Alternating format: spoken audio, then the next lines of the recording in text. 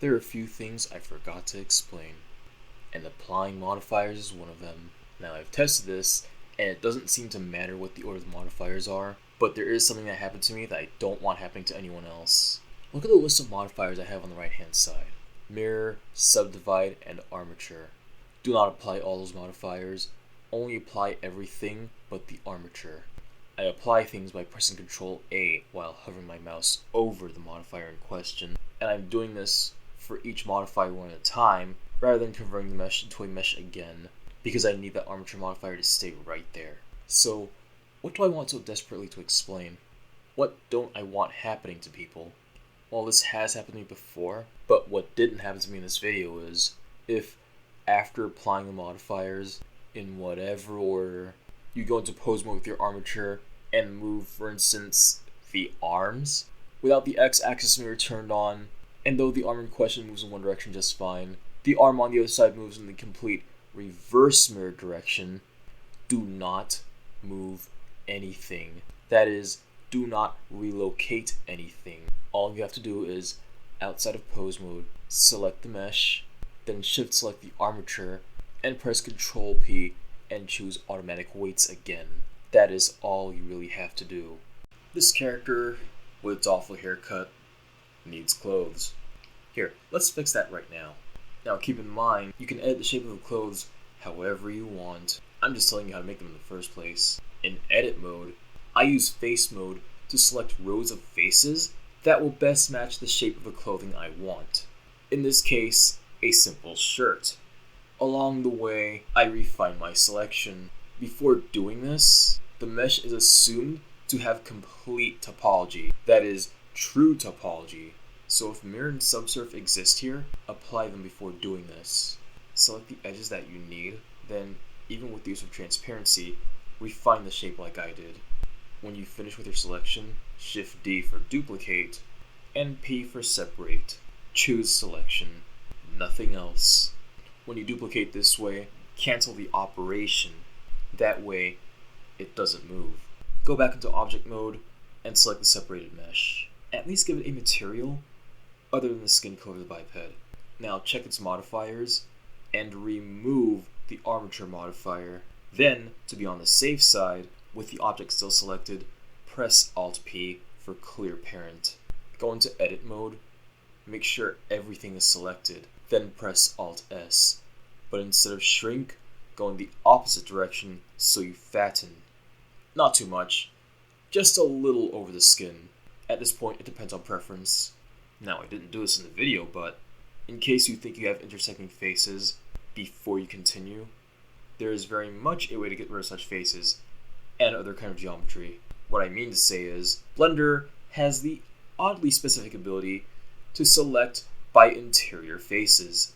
So with nothing selected, you can use this option to get rid of such faces.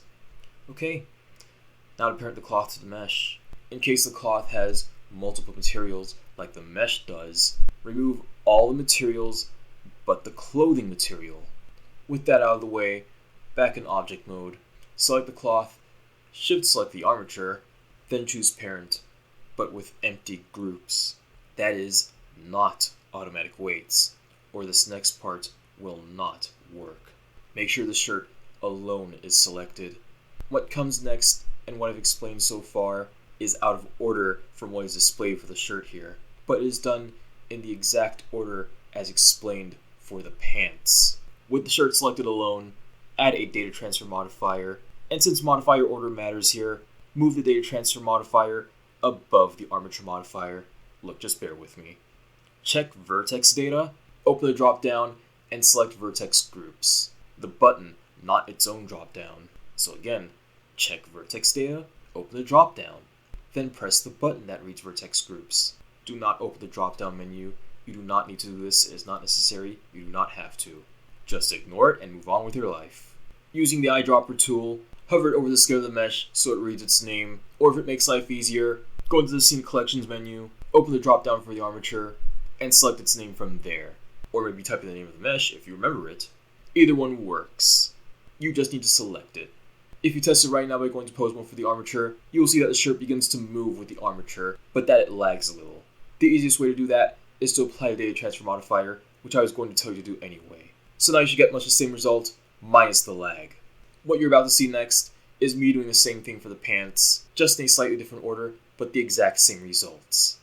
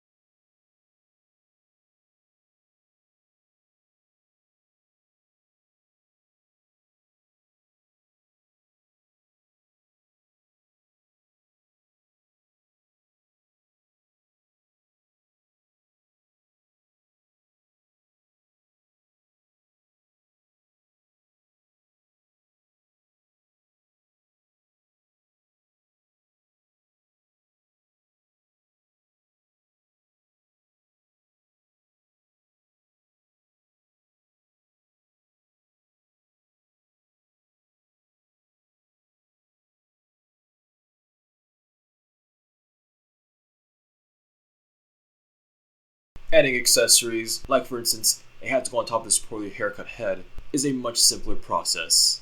That is to say, the only thing you really have to do is select the object, shift select the armature, go into pose mode, select the one in particular, then press Ctrl P and bone. This should sound familiar to you, specifically because in previous recordings I did this for the teeth and tongue.